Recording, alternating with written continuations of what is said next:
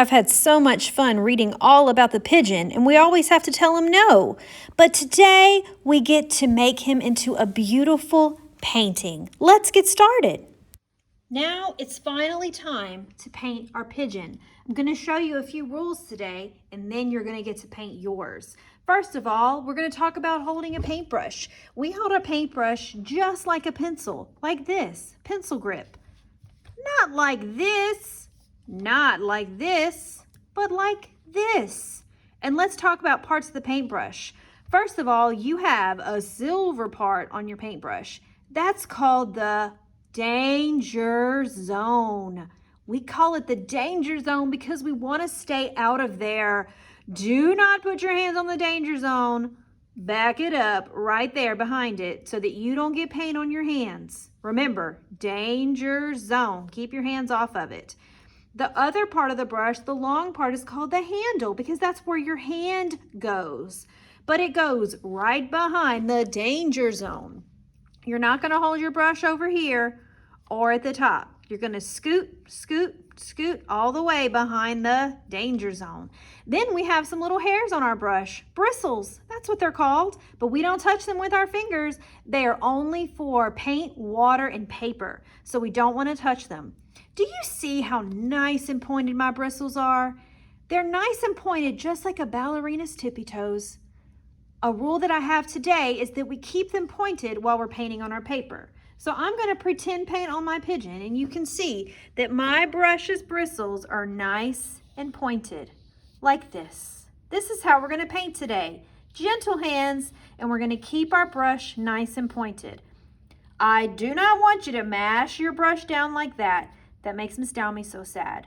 When you mash your brush like that, that means your ballerina is not on her tippy toes, but she's scooting around on her bottom.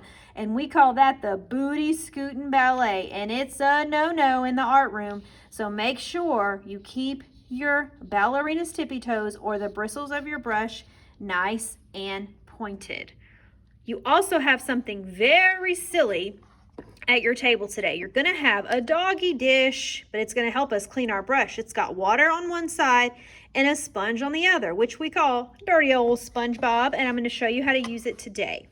All right, you're also going to have a tray of paints. Your paint stays in the tray. We don't take our paints out of the tray. If it spills, which I know it won't spill because you're going to be so careful, but we keep it in the tray just in case it spills, and it won't spill all over your beautiful painting. Okay, let's get started. To use your first container of paint, remember, hold your brush like a pencil, dip just the tippy toes in the paint. You are not going to dunk your whole brush in the paint, and you're not going to get paint on the danger zone. Dip just the tip of these bristles in that paint cup. If you use way too much paint, Miss Dowmy is going to ask you to take a painting break. Now look, I'm painting my pigeon's head. Remember, I'm holding my brush like a pencil and I'm tickling my paper or painting just like a ballerina on its tippy toes. I'm staying inside the black lines that I made with my paint marker, and I keep painting until my shape is finished. If I'm choosing blue for the pigeon's head, I'm not going to paint the rest of it green or orange. I have to finish the whole head blue because we're not mixing colors today. The pigeon is blue in the story, but you can paint him any color you want. I still have blue on my paintbrush, so I can dip it in the blue again. Just the tippy toes. Remember, just the tippy toes. We don't want to get paint on the silver part. Now I'm painting the top of his neck. I think I'm going to paint this little band a different color, so I'm going to skip it, and I'm going to keep going. When you run out of paint, your paintbrush may make a scratchy line or a scratchy sound. See right there? It's starting to get a little scratchy. So that means my paintbrush needs more paint. That way, he's telling me he's thirsty and he needs more. So I dip it just a little in the blue paint. And I'm painting oh so carefully, staying inside the lines. Nice and neat. Make sure you don't mash your brush like that. We don't want to go to the booty scooting ballet. I ran out of paint, so I'm getting a little more. and I'm going to keep painting. Remember, I chose blue to paint the pigeon's body. I can't stop right here and switch colors. I have to finish the whole shape with the blue because I'm not mixing the colors today. Good job. Now I can switch to a different color for the rest of the pigeon.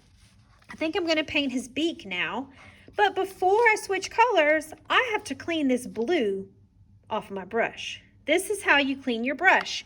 You find the water of your doggy dish, and you put your brush at the bottom and scoot it around like this a few times, and then you're going to tap gently, tap, tap, tap, and then you're going to wipe it on the sponge by making an X. Do you see how my brush is making an X? So you wipe it on dirty old SpongeBob to get it dry. Very good. Now that my brush is clean, I can get another color. I'm using orange to paint his beak, but of course, you can choose any color you want. I just needed a little bitty amount of paint to paint his beak. Also, leave your paper flat the whole time. Don't lift it, because if you lift up your paper, raise it up, your paint may drip and make a nasty mess all over your paper. Now, I want to switch colors to paint his collar. What do I have to do again?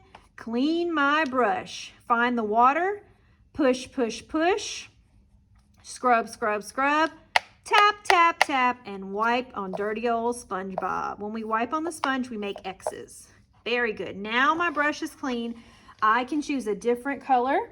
I have some pink here. I think I'm going to use that, and I'm going to paint my collar.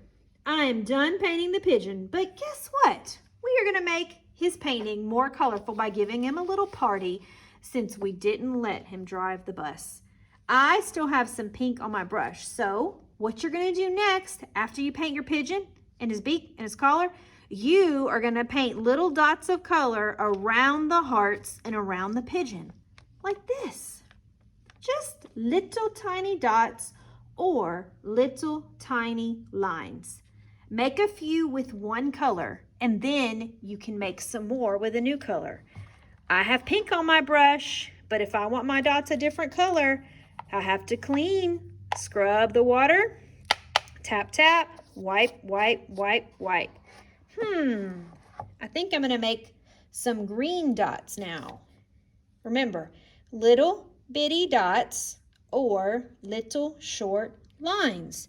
Make a few with one color and then clean your brush and switch. Oh, he's going to be so happy. I'm cleaning my brush because I used green and now I want to switch. Very good. I didn't make any dots with the blue yet, so I'm going to do that. Now he looks like he's having a party. I bet he's so happy. Very good. Clean my brush again because now I want to switch from blue to another color. And I haven't used any orange dots yet, just the tippy toes on my paper. I'm not mashing my brush down. There. Now he's got a colorful party going on, and he is finished and he's beautiful. I had so much fun painting. Don't let the pigeon drive the bus painting with you. I hope you had fun too.